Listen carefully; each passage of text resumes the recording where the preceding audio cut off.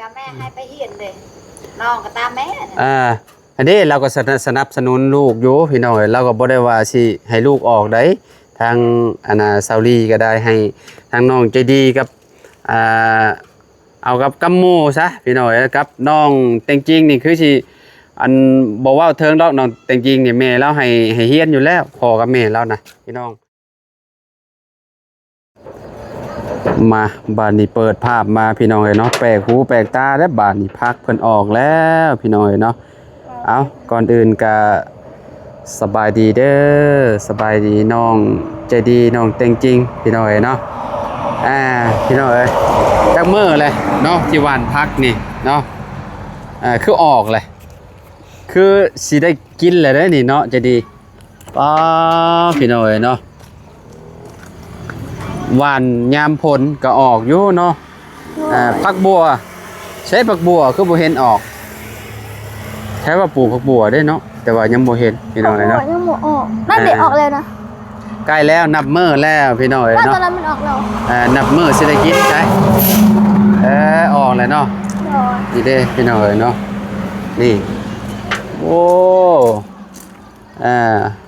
เดี๋ยวสิขอไปใส่ลาบบัดมันเป็นลายๆพี่น้องเนาะนั่นทางนั้นออกแล้วแต่ว่าพักอันนี้นี่คักเด้ใบเลื่อยนี่หอมเลื่อยพี่น้องเนาะลายคักที่ว่าเพิ่นปลูกเมียนพี่น้องเนาะทางแม่น้องใจดีพี่น้องเนาะอันนี้ต้นมะกี้หูดบ่ละดออันก็มาพูดกันเหรอโมเมนต์ติด่าพี่เหรอแบบลูกมันแบบมะนาวอะไรใหญ่น้ำมะนาวคนหน่อยนึงแต่แบบมันส้มบ่ฮู้จักมากอันนั้นบ่มะกี้หูดบ่มักส้มโอแม่นแล้วว่ะบ่แม่นมักส้มโอแม่น้อยมะกี้หูดซะอันพูดนั่นน่ะเด้มะกี้หูดมะกี้หูดอย่าแจ้งที่จะปุกเลยอย่าแจ้งมันมะกี้หูดมันใหญ่กว่ามะนาวนี่มะกี้หูดแบบว่ามันตะปูหั่นล่ะว่าโอ้คักอยู่ได้พี่น้องเนาะเอาไปใส่ในห้องน้ำเนาะสุดยอดแล้วเนาะเป็นยังไงเรื่องการห้ามการเฮียนใกล้แล้วได้นี่เนาะน้องจริงๆเชิญทางนั้นล่ะอยู่นำกันเนาะใกล้แล้วได้นี่อีกจักมื้อนี่เฮ้อ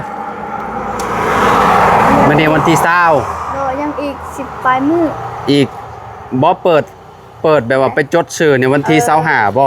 อีก5มื้ออีก5มื้อเนาะอีก5มื้อนี่ไปจดชื่อเมียนแล้วก็พักอีกประมาณอีกจักมื้อบัดนี้พักแล้วก็จะไปใหม่ประมาณ5มื้ออีกบ่เอาซุมเจ้าไปจดชื่อแล้วซุมเจ้าสิไปใหม่อีกบ่ครูบอกว่าวันที่25หรือมันไปเบิ่งว่าเขาจดวันที่25ล่ะบ่แม่นวันที่25แล้วไปวันที่26แต่ยังบ่วันที่น้องจะดีตัดสินใจได้แล้วบ่เฮียนอยู่บ่เนาะไปซื้อแล้วบ่เสื้อผ้าซื้อแล้วพวกมิกพวกหยังเด้ซื้อแล้วเบิ่งคือสิร้อยอยู่บ่สิจบห้องได้เด้นี่เนาะป .4 บ่แม่นป .4 ม .4 จบม .4 ก็ดีคือกันพี่น้อยได้ใบประกาศเนาะพี่น้อยดีกว่าเฮาบ่ไปเรียนนะบางทีเฮาไปเรียนเฮาอาจสิแบบอ่านหนังสือออกเนาะพี่น้องก็สิได้เวลาไปเห็นงานเหตุการณ์ก็สิได้เขียนเป็นนะยังให้ลูกเรียนอยู่บ่สบายดีเด้อแม่น้องใจดีพี่น้อยเนาะแม่เจ้าบ่ได้เข้าโรงเรียนหรอวะบ่เคยเข้าเลยแม่นบ่เขียนยังก็บ่เป็นบ่ได้เข้าจักเทื่อเลยให้ลูกเพิ่นเข้าเด้อบอกเพิ่นนะบอกใจดีว่าให้เรียนก่อนให้อ่านหนังสือได้ก่อนเอาบัดเจ้าใหญ่บัดสมมุติว่าเจ้าต้องได้ไปเฮ็ดเวียกหรือว่าเจ้าสิบ่ไปบ่ไปเฮ็ดเวียกเฮ็ดงานแบบนี้ได้สมมุติว่าเอามีคนจ้างแบบว่าไปเฮ็ดเวียกหาอยู่ในเมืองบัดนี้ในตัวตัวเมืองเสียโปนหรือว่าอยู่สวรรค์เนาะเฮาก็สิได้อ่านออกพี่น้อยเวลากระเจ้าสั่งไปเอาหยังกระเจ้ากูมื้อนี่มันเขียนหนังสือบ่ได้มีหยังก็ได้เนาะบ่ว่าสิแม่นบ่ว่าสิเป็นเสื้อใส่นั่นใส่นี่พี่น้อยเนาะให้ได้เป็นหั่นแหละเนาะตอนนี้น้องเพิ่นนี่ลังเลอยู่คิดว่า50หมู่ ตามได้ที่ว่าหมู่ยังเข้ากับเข้าแล้วแหละน้องจริงๆกับเลี้ยงเข้ากับเข้านํกันนั่นแหละเนาะเฮ็ดจังได๋ซะเนาะคันว่าเจ้าออกไปก็เจ้าบ่มีหมู่อีกเจ้าสิเอาไผเป็นหมู่เจ้าบัดนี้ แม่อำน้ำไว้ดอก เอาอาแดะบ่เป็นหมู่ มีแต่ไปหาหน่อไม้แล้ว หาหน่อไม้คู่มือแล้วน้าบ่าวว่าเข้าโรงเรียนดีที่สุดแล้วเฮาได้หยุดแต่ อาทิตย์เสาร์ อาทิตย์กับเสาร์เฮาก็ไปหาหน่อไม้เนาะกายหันเฮาไปเข้าโรงเรียนมันรถสบายแท้ๆได้พี่น้องสมัยน้าบ่าวนี่โอ้อยากเรียนเก่งมันหักขี่รถถีบไปไกลแท้ๆไปบ้านอื่นพุไปเข้าโรงเรียนมอน่ะ ไปแบบว่าเอ้ยตะกี้เนี่ยแบบว่าแม่ไปเฮ็ดให้แบบเอาเนาะ แม่นก็สิแบบนั้นแหละ อันนี้ก็แม่ให้ไปเฮียนเด้น้องก็ตามแม่น่ะ อันนี้เราก็สนับสนุนลูกอยู่พี่น้องเราก็บ่ได้ว่าสิให้ลูกออกได้ทางซาลีก็ได้ให้ทางน้องใจดีกับเอากับกัมหมู่ซะพี่น้องกับน้องแต่งจริงนี่คือสิอันบ่เว้าเทิงดอกน้องแต่งจริงนี่แม่เราให้เฮียนอยู่แล้วพ่อกับแม่เรานะพี่น้องเพราะว่าเรา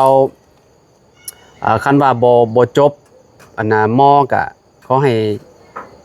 คันว่าบ่จบม.7 ก็ขอให้จบม.4 เนาะได้ใบประกาศซะพี่น้องเนาะไหวบ่ฮอดม.4 ไหวบ่ คันฮอดหมด ต้องเบิ่งอีกเทื่อนึง บ่ไหวก็ต้องสู้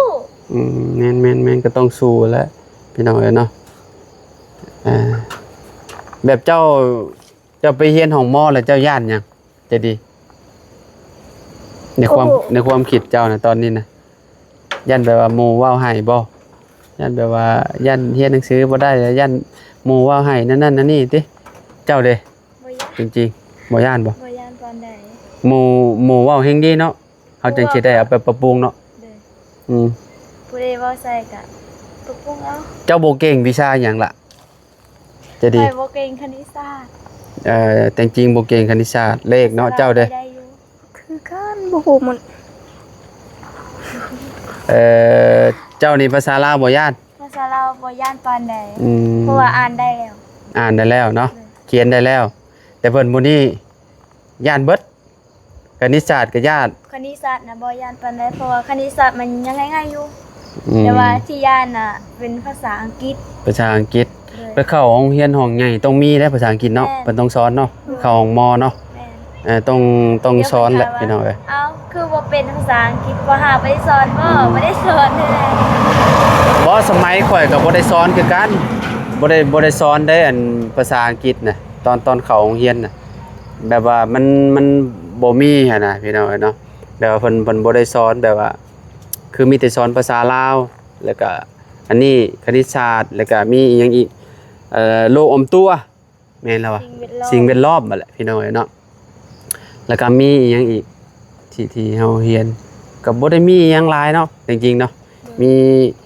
ที่หลักๆนี่ก็ต้องเลขแหละพี่น้องเอ้ยเนาะคันว่าไปเก่งเลขนี่ถือว่าบ่ย่านแล้วเนาะภาษาลาวเฮานี่ยังธรรมดาอยู่พี่น้องเอ้ยเนาะ เลขที่ยังบ่ผ่าน เพราะว่า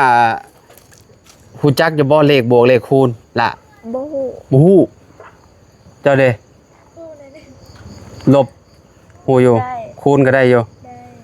จะดีบ่ฮู้เลย หารบวก เออ อักษิดะ เจ้านี่คือข่อยตอนข่อยเรียนข่อยนี่โคตรย่านเลยอันเลขนี่ คือแบบมัน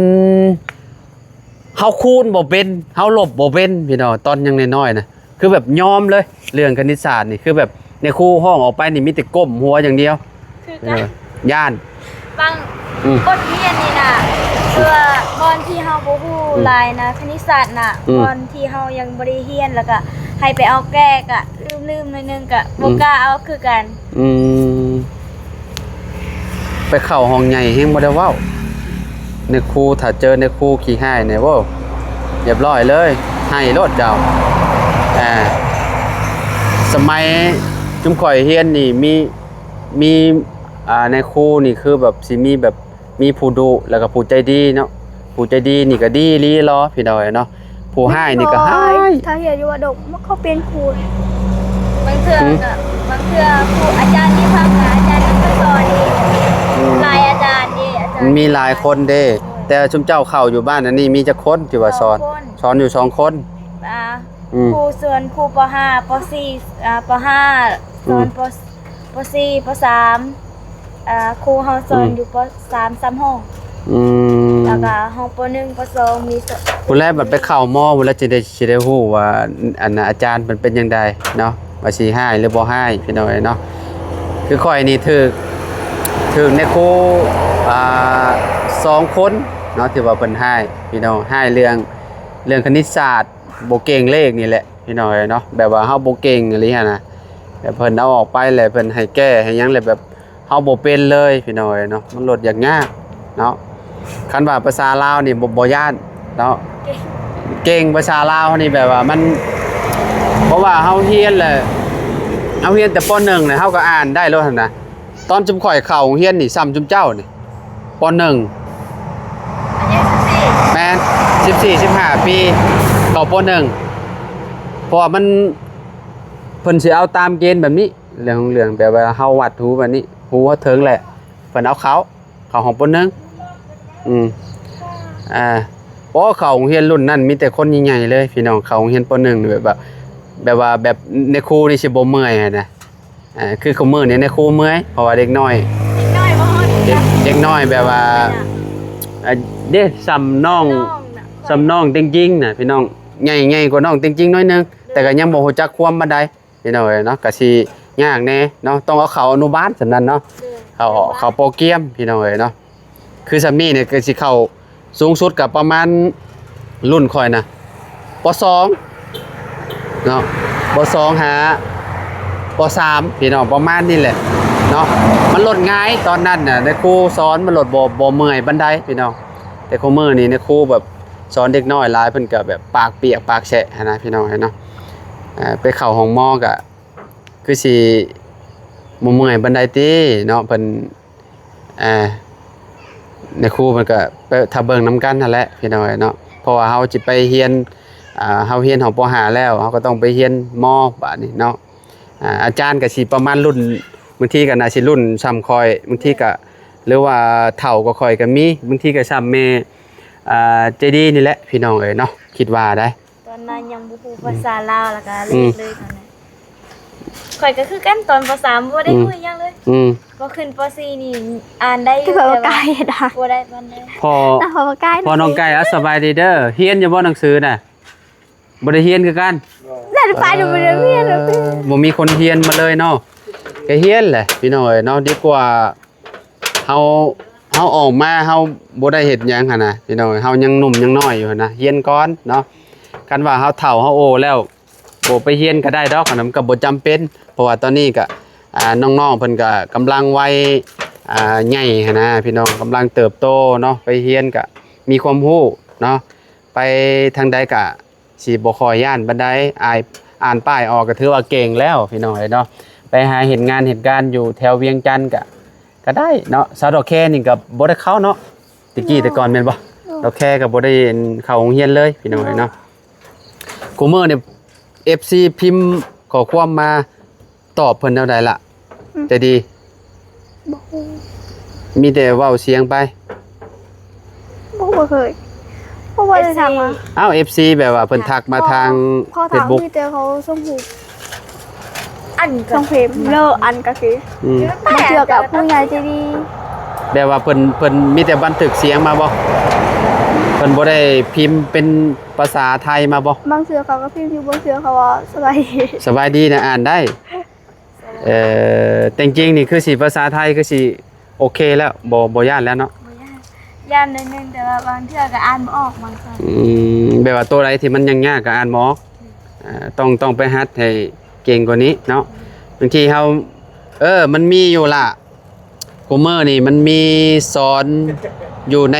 โทรศัพท์นะคันว่าเจ้าไปเข้าโรงเรียนแล้วคันว่าเจ้าบ่เข้าใจอิหยังน่ะเจ้าก็พิมพ์เข้าไปแล้วเจ้าก็อ่านเบิ่งว่าสระนี่สระอันที่ว่ามันสะกดมันเป็นแบบใดหั่นน่ะเนาะยังกังวลอยู่นะพี่น้องยังแบบว่ายังใจยังบ่ร้อยปานใดน้องใจดีเพิ่นน่ะนะพี่น้องเอ้ยเนาะแบบว่ายังเวลาถามเรื่องเรียนเพิ่นนี่เพิ่นสิอยากแบบสาวๆแน่นึงแต่ว่าทางนี้คือสิบ่ปานใดดอกพี่น้องเอ้ยเนาะคือสิร้อยอยู่ทางนี้นะ เนาะแต่ฝั่งนั่นเด้ซะฝั่งนั่นก็ร้อยอยู่บ่ เลี้ยงนะ แม่นไปแหละพุ่นพี่น้องเอ้ยเนาะก็สิร้อยคือกันนั่นแหละพี่น้องเนาะสามสาวเนาะบัดนี้รถเด้บัดนี้เมื่อวันที่25เอารถใส่ไปซ้อน3 4เพิ่นเนี่ยนะบอก 4ดาวอนเนาะดาวอนพร้อมจะดีเด้จะดีซ้อนกับไผสมมุติว่าเจ้าซ้อนกับไผเจ้าซ้อนท้ายไผขี่รถจักรไปโรงเรียน เลี้ยง ขี่น้ำเลี้ยงเจ้าขี่กับดาวอนก็ต้องขี่รถพ่อเจ้าเนาะอ๋ออดเอาเนาะพี่น้องเอ้ยอีกบ่กี่มื้อได้นี่มื้อนี้วันที่20อีก5มื้อพี่น้องเอ้ยเนาะก็สิได้ไปโรงเรียนแล้วสิได้เห็นน้องๆเพิ่นใส่ชุดนักเรียนแล้วพี่น้องเอ้ยเนาะ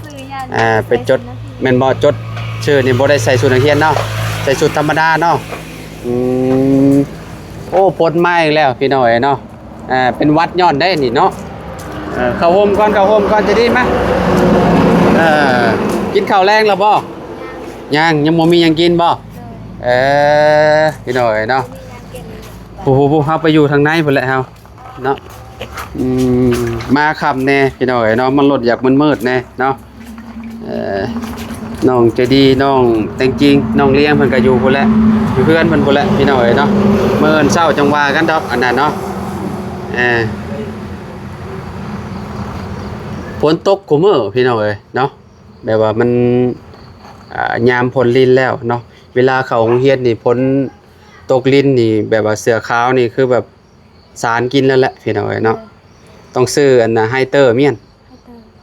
เอาไฮเตอร์อันกัดเสื้อเด้เวลา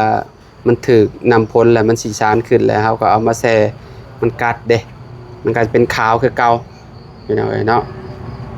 บ่สบายบ่ล่ะคิดว่าบ่สบายคือแบบของเจ้านี่ครบบ่แล้วเป็นพวกปึ้มพวกซอพวกหยังของจริงๆก็ครบบ่แล้วเนาะครบเบิดทุกคนแล้วพี่น้องเอ้ยเนาะแต่ยังน้องค่อยยังบ่ได้ น้องเจ้ายังบ่ได้ดาวอนยังบ่ได้ไปซื้อบ่บ่มีคนพาไป อ้าวพ่อจะได้ซะ พอไปสวรรค์ไปสวรรค์แหละเมื่อได้เรามาซะ ยังบ่รู้ ไปได้จังมื้อเลย วันที่3วันที่10 18นี่ วันที่18เราไปมื้อนี้วันที่10วันที่เท่าไหร่วันที่20มื้อก็2มื้อมื้อที่2มื้อนี้เนาะ